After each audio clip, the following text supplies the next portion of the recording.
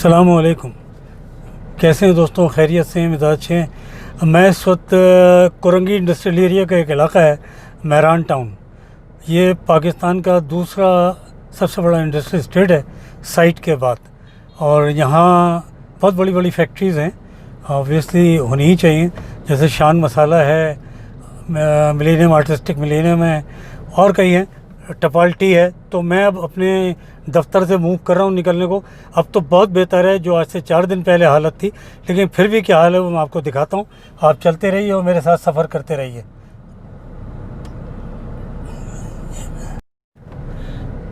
चलें जी, बिस्मिल्लाह। दोस्तों ये देखिएगा, बूंदाबांदी शुरू हुई है, लेकिन ये तो वक्ती बादल हैं आज तो रास्ते का हाल आप देखिए, सड़कों का देखिए। ये सबसे बड़ा इंडस्ट्रियल जोन है। ये तो सब खुश्क है। आज से 3 दिन पहले तक ये 3 दिन धूप पड़ी है कड़ाके की, तो ये अपने आप वेपराइजेशन के तरीके से ये खामोश हो गए, हवा में उड़ गए। और जो बेहतर तरीन रूट है, जहाँ खड्डे कम हैं, जहाँ पानी कम है, कीचड़ कम है, मैं वहाँ से निकलने की कोशिश कर रहा हूँ इस वक्त। तो आप भी मेरे साथ सफ़र कीजिए और देखिए आप यहाँ के नज़ारे। ये उल्टे हाथ पे जो प्रॉपर्टी है, ये अव्वल तो यहाँ पे इस एरिया में ख़ासे नाजायज़ कब्ज़े कराए गए हैं, और ऑब्वियसली वही है हमारे जो बिल्लो रानी वाला ग्रुप है। अभी ये सामने जो आपको नज़र आ रहा है प्लॉट, और यहाँ रेस्टोरेंट्स वगैरह बने हुए हैं, ये है लियाकत क़याम ख़ानी का। ये जो डायरेक्टर पार्क्स थे वसीम अख्तर के पार्टनर, ये उनके कब्ज़ा किए हुए प्लॉट हैं सारे, और यहाँ पे ये लाखों करोड़ों की वैल्यू पे बिकते हैं। इसको थोड़ा सा शॉर्ट करूँ ताकि इतना सफ़र काफ़ी है ना। ये हम जा रहे हैं, ये रास्ता जा रहा है टपाल टी को, उस तरफ से मैं इसलिए निकल रहा हूँ। ये निस्बतन खुश्क है और बेहतर हालत में है। अब इस वक्त कैमरे को चूँकि मैंने गोरिल्ला ट्राइपॉड पे लगाया हुआ है, नहीं तो मैं आपको मूव करके लाइव ट्रैप दिखाता तो आपको खासी चीज़ें नज़र आती कि किस हालत में है ये जगह, और सिंध गवर्नमेंट ने इसको किस हाल में पहुंचा दिया। देखें, यहाँ हमारी एसोसिएशन है कोरंगी इंडस्ट्रियल ट्रेडिंग एस्टेट, काटी के नाम से मशहूर है वो, और आपस में इजलास में कई दफ़ा ये हुआ कि इन सड़कों को ख़ुद बनाया जाए, इस पर पैसा लगाया जाए।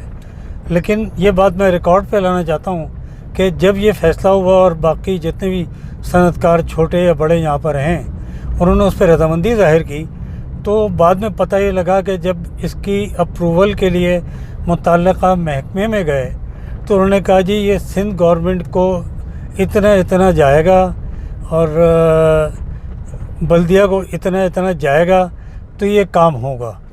तो आज का बड़ा अच्छा है, मैं इसको फिर लेके जाता हूँ सुप्रीम कोर्ट के फ़ैसले की तरफ। सुप्रीम कोर्ट की जो हियरिंग चल रही है, लेकिन सुप्रीम कोर्ट ने बिल बोर्ड्स पे भी कल काफ़ी चीफ़ जस्टिस गुलजार साहब ने बातचीतें की थी। बिल बोर्ड आज से मेरे ख्याल को 2-2.5 साल पहले पाबंदी उन पर लग चुकी थी, और पाबंदी लगने के बाद वो महीना डेढ़ तो खामोश रहे। फिर वो अब ये देखें सीधे हाथ पे ये कीचड़ है जहाँ से मजबूरन हमें जाना पड़ रहा है। ये सामने भी नज़र आ रहा है आपको, इस कीचड़ के बगैर हम गुजर नहीं सकते। और ये कीचड़ तो आज है जब धूप पड़ी है 3 दिन, तो नहीं तो ये पूरा समंदर था। सिंध गवर्नमेंट ने कोई काम नहीं किया, सब झूठ है। तो वो सुप्रीम कोर्ट की मैं बात कर रहा था आपसे, तो सुप्रीम कोर्ट ने बिल बोर्ड्स की बात की, तो बिल बोर्ड्स का तो पहले ही पाबंदी थी। मेरा दरख्वास्त मुअद्दबाना चीफ़ जस्टिस साहब से ये है कि चीफ़ जस्टिस साहब, आपने और सुप्रीम कोर्ट के मुख्तलिफ बेंचेस ने, इवन सिंध हाई कोर्ट ने भी जो फ़ैसले दिए हैं, ये देखें बाहर सारा पानी चल रहा है, जो फ़ैसले दिए हैं उन फ़ैसलों पे अमल दरामद नहीं होता है तो वक्ती होता है। उस अमल दरामद को यकीनी बनाइए। आपने बहुत अच्छा कि आज NDMA को सौंपा है आपने कराची के नालों की सफाई और उनके साथ साथ तजावुज़ात की सफाई का काम, और आपके वो रिमार्क्स भी काबिल क़दर हैं कि आपने कहा कि आने वाले दिनों में हम बहुत सारी जिम्मेदारियां आपको देंगे। तो ये काफ़ी अच्छी निशानदेही करती है कि चीफ़ जस्टिस साहब को इस चीज़ की फ़िक्र है चीफ जस्टिस साहब ने आज से कोई 2-2.5 साल पहले, अभी आप चीफ जस्टिस नहीं बने थे, आप सिंध रजिस्ट्री पे आए थे और आपने इंक्रोचमेंट गिराने का कहा था, एम्प्रेस मार्केट को साफ़ करने का कहा था और कराची को आपने पुराने कराची को तरीक़े पे बहाल करने को कहा था।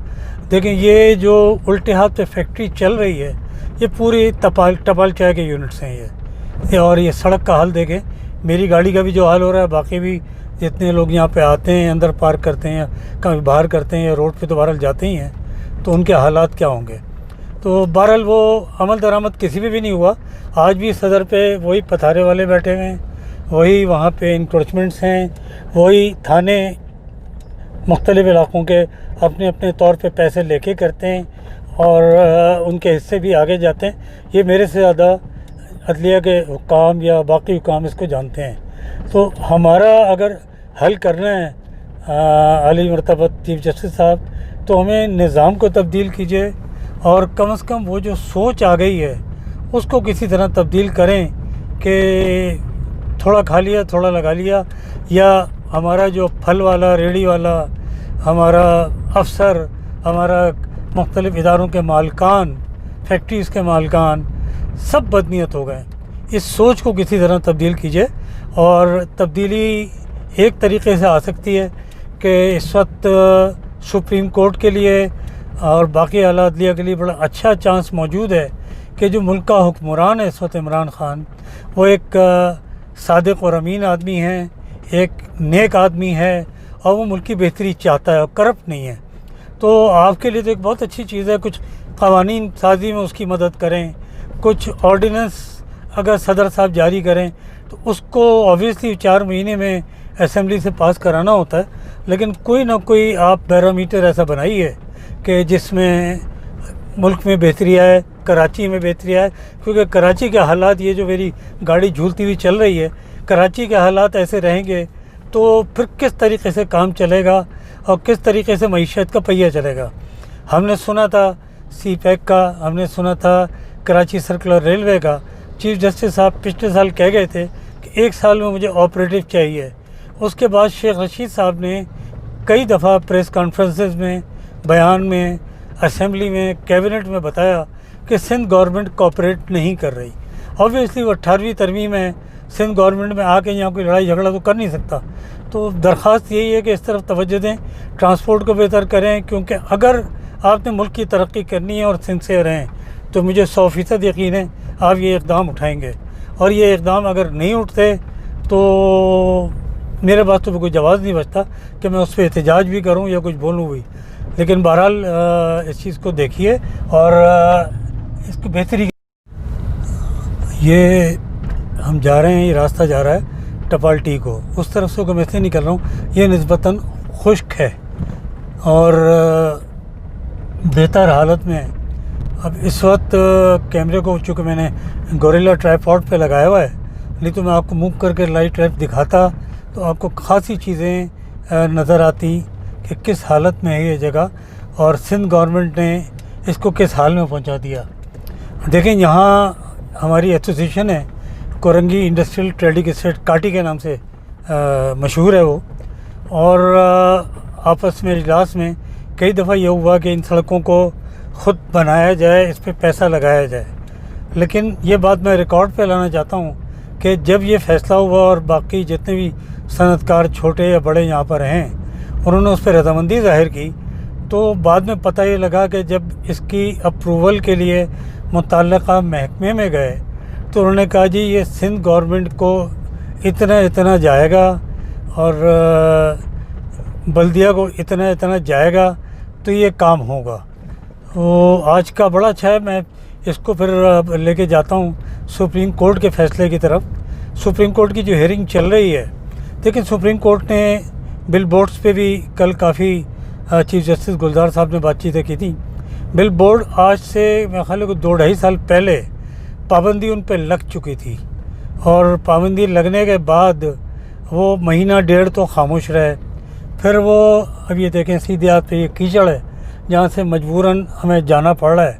ये सामने भी नज़र आ रहा है आपको, इस कीचड़ के बगैर हम गुजर नहीं सकते। और ये कीचड़ तो आ जाए जब धूप पड़ी है 3 दिन तो नहीं तो ये पूरा समंदर था। सिंध गवर्नमेंट ने कोई काम नहीं किया, सब झूठ है। तो वो सुप्रीम कोर्ट की मैं बात कर रहा था आपसे, तो सुप्रीम कोर्ट ने बिल बोर्ड्स की बात की, तो बिल बोर्ड्स को तो पहले ही पाबंदी थी। मेरा दरख्वास्त मुअद्दबाना चीफ़ जस्टिस साहब से ये है कि चीफ़ जस्टिस साहब, आपने और सुप्रीम कोर्ट के मुख्तलिफ बेंचेस ने, इवन सिंध हाई कोर्ट ने भी जो फ़ैसले दिए हैं, ये देखें बाहर सारा पानी चल रहा है, जो फैसले दिए हैं उन फैसलों पे अमल दरामद नहीं होता है तो वक्ती होता है। उस अमल दरामद को यकीनी बनाइए। आपने बहुत अच्छा कि आज NDMA को सौंपा है आपने कराची के नालों की सफाई और उनके साथ साथ तजावुज़ात की सफाई का काम। और आपके वो रिमार्क्स भी काबिल कदर हैं कि आपने कहा कि आने वाले दिनों में हम बहुत सारी जिम्मेदारियां आपको देंगे। तो ये काफ़ी अच्छी निशानदेही करती है कि चीफ़ जस्टिस साहब को इस चीज़ की फ़िक्र है। चीफ़ जस्टिस साहब ने आज से कोई 2-2.5 साल पहले, अभी आप चीफ़ जस्टिस नहीं बने थे, आप सिंध रजिस्ट्री पे आए थे और आपने इंक्रोचमेंट गिराने का कहा था, एम्प्रेस मार्केट को साफ़ करने का कहा था और कराची को आपने पुराने कराची को तरीक़े पे बहाल करने को कहा था। देखिए ये जो उल्टे हाथ पे फैक्ट्री चल रही है, ये पूरी टपाल चाय के यूनिट्स हैं ये। और ये सड़क का हाल देखें, मेरी गाड़ी का भी जो हाल हो रहा है, बाकी भी जितने लोग यहाँ पे आते हैं, अंदर पार्क करते हैं या कहीं बाहर करते हैं या रोड पे तो बहरहाल जाते ही हैं, तो उनके हालात क्या होंगे। तो बहरहाल वो अमल दरामद किसी भी नहीं हुआ। आज भी सदर पे वही पथारे वाले बैठे हुए हैं, वही वहाँ पे इंक्रोचमेंट्स हैं, वही थाने मुख्तलिफ़ इलाक़ों के अपने अपने तौर पे पैसे लेके करते हैं और उनके हिस्से भी आगे जाते हैं। ये मेरे से ज़्यादा अदलिया के हुकाम या बाकी हुकाम इसको जानते हैं। तो हमारा अगर हल करना है आली मरतबत चीफ़ जस्टिस साहब, तो हमें निज़ाम को तब्दील कीजिए और कम से कम वो जो सोच आ गई है उसको किसी तरह तब्दील करें कि थोड़ा खा लिया थोड़ा लगा लिया, या हमारा जो फल वाला, रेड़ी वाला, हमारा अफसर, हमारा मुख्तलिफ़ इदारों के मालकान, फैक्ट्रीज़ के मालकान सब बदनीयत हो गए। इस सोच को किसी तरह तब्दील कीजिए और तब्दीली एक तरीक़े से आ सकती है कि इस वक्त सुप्रीम कोर्ट के लिए और बाकी आला अदलिया के लिए बड़ा अच्छा चांस मौजूद है कि जो मुल्क का हुक्मरान है इस वक्त इमरान ख़ान, वो एक सादिक और अमीन आदमी है, एक नेक आदमी है और वो मुल्क की बेहतरी चाहता है और करप्ट नहीं है।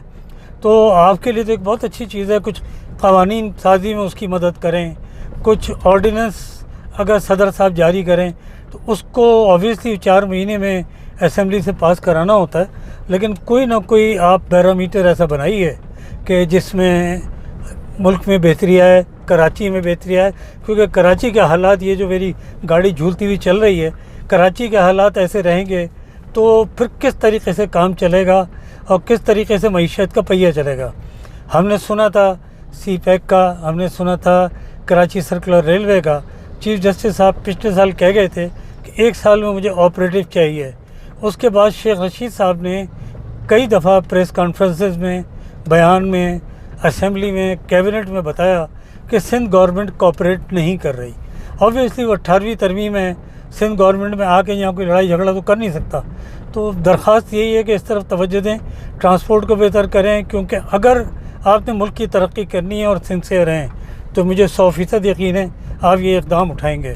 और ये इक़दाम अगर नहीं उठते तो मेरे पास तो कोई जवाब नहीं बचता कि मैं उस पर एहतजाज भी करूँ या कुछ बोलूँ भी।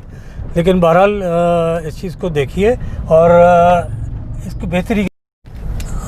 दोस्तों मैं ये दिखा रहा था और ये देख लें, मैं भी झूलता हुआ ही जा रहा हूँ। इस वक्त गाड़ी मेरी हिंडोला बनी हुई है, जो कराची वाले तो हिंडोला को पहचानते हैं। तो कराची के लिए मुझे यकीन है कि चीफ़ जस्टिस साहब बहुत संजीदगी से सोच रहे हैं। आज जो उन्होंने रिमार्क्स दिए हैं सिंध गवर्नमेंट के लिए, मेयर के लिए, बल्दिया कराची के लिए, मेरा ख़्याल है इनमें इतनी सी भी शर्म व हया होती तो ये डूब मर जाते।